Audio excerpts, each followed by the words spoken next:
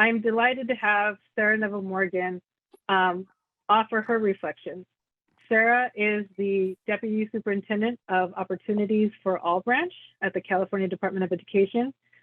In her role, she oversees a branch with a budget of over $10 billion that includes 5 divisions. She was recently selected for the Annie Casey Foundation for its Child and Family Fellowship.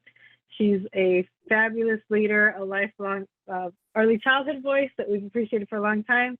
And her leadership obviously is broader than that at the Department of Education. So it's so important to make sure we have your voice here in this conversation as we're thinking about what the state of education is and how we want to move forward. So Sarah, welcome. Thank you. Handing it to you. Thanks so much, Vicki, and thank you all for inviting first the State Superintendent, Tony Thurmond, and then accepting me as his replacement. I always want to hold up a placard that I try to channel the superintendent's voice, but don't always do it as beautifully as he can. So you all just heard from truly a phenomenal group. I was so awed and inspired by everything that they said. They uplifted challenges, but a lot of them also shared some of those opportunities. So in looking at those opportunities and capitalizing on the hearts and minds, which I'm going to show you a couple of PowerPoint slides from our new Heart and Minds UPK deck. There are so many tremendous opportunities before us in California. And at this time, as we lean in together to seize them and really create an educational system that reflects us, reflects California as the 4th or 5th, I'm never sure where we are right now, largest world economy, and one that truly supports our children, families, and their communities in 2022 and beyond. So where do we start?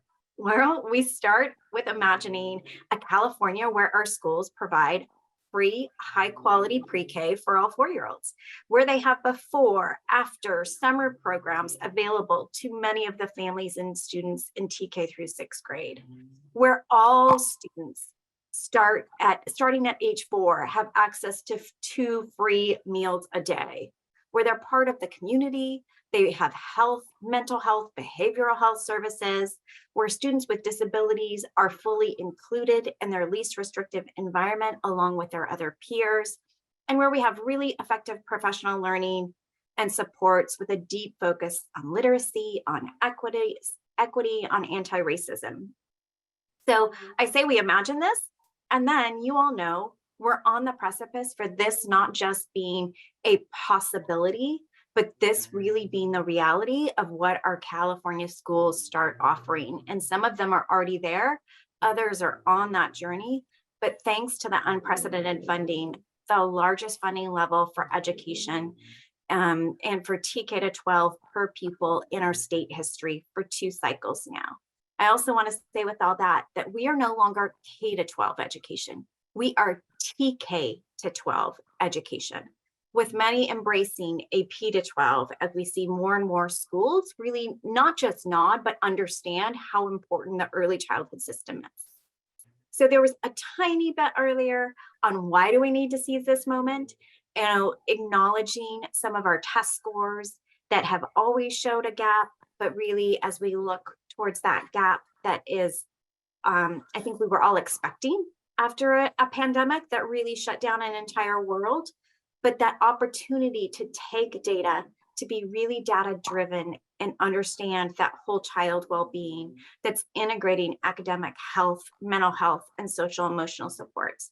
So just today, a lot of our school districts are going to get an apportionment, some funding to support that recovery process and really drop in and use their data with $7.9 billion in one-time funds around supporting academic learning and that acceleration. So just tremendous opportunity. So more than this one-time targeted learning acceleration, our test results really underscore how timely the investments the legislature and the governor have made in allowing us to address some of these issues while marching towards that transformational change that we know is possible. So as we look towards this, we'll go to the next slide, please. This really is a holistic approach to education. And here's one of our hearts and minds slides, looking at the opportunity for California to rethink or reimagine this educational system and reshape it into one that's more fully designed to meet the needs of families in 2020 plus. So that equity at the core, but really understanding that a child has to be fed, their mental health has to be supported, that the family and the community have a lot of input and say, and that they're working in partnership together to create the school community and a community that supports those teachers and administrators. So there was a shout out, I think Edgar said it, and I have one of my best friends is a new principal this year. I can't even imagine becoming a principal this year or last year. And the work they do and the commitment they have to our students is incredible. So as we all recognize these long-awaited opportunities, we know that we have to address a lot around race disparities, income disparities, language access, as well as supporting children and students with disabilities. So rebuilding something slightly different, not just what was there before, this potential for genuine transformation. So let's go to slide 3. I think Toby was the one who said that he was going to lift up community schools. It really is an initiative that looks at our child, our students, as the inherent potential start of everything.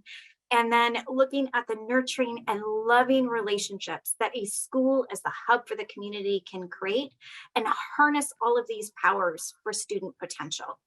So intentionally designing schools that are asset-based, that are addressing a racially just climate, that look at cultivating mental, physical, and social emotional wellness as a big part of this. So as you all probably know, we have California Community Schools Partnership Program, $4.1 billion invested in this.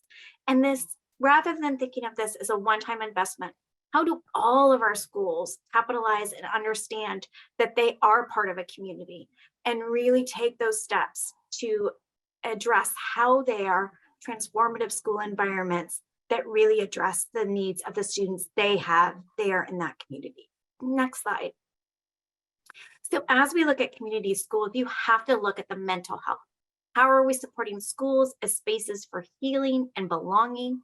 So it's not just the academic, but understanding that an academic achievement is surrounded by how well students and staff and families are doing. So looking at trauma, looking at other things in the community and really dropping in. Next slide, please. Hand in hand with all of this is our anti-bias education. So looking at racial justice, affirmation of children and students' cultural and linguistic backgrounds and racial backgrounds. So not just cultural awareness, but really affirming so you create that true sense of belonging. Just yesterday, the state superintendent announced that 27 schools and districts will receive $10 million in grants to expand or create dual language immersion programs. So uplifting and affirming our multilingual students and the assets that they bring to our educational system, really core and critical as we look at a community school pre-K, TK on model. Next slide, please.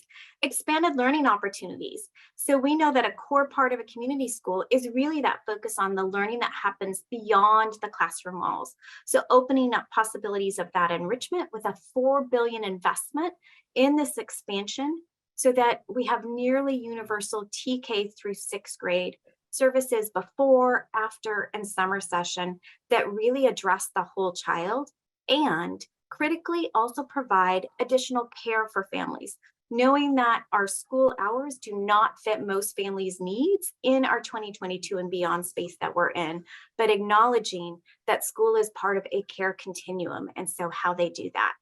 Next slide, please.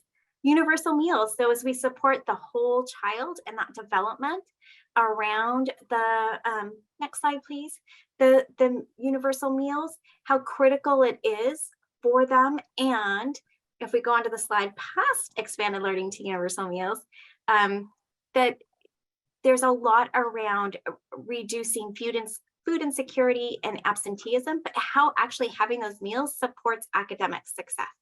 Okay, we're going to skip over and go to the key role that UPK shares.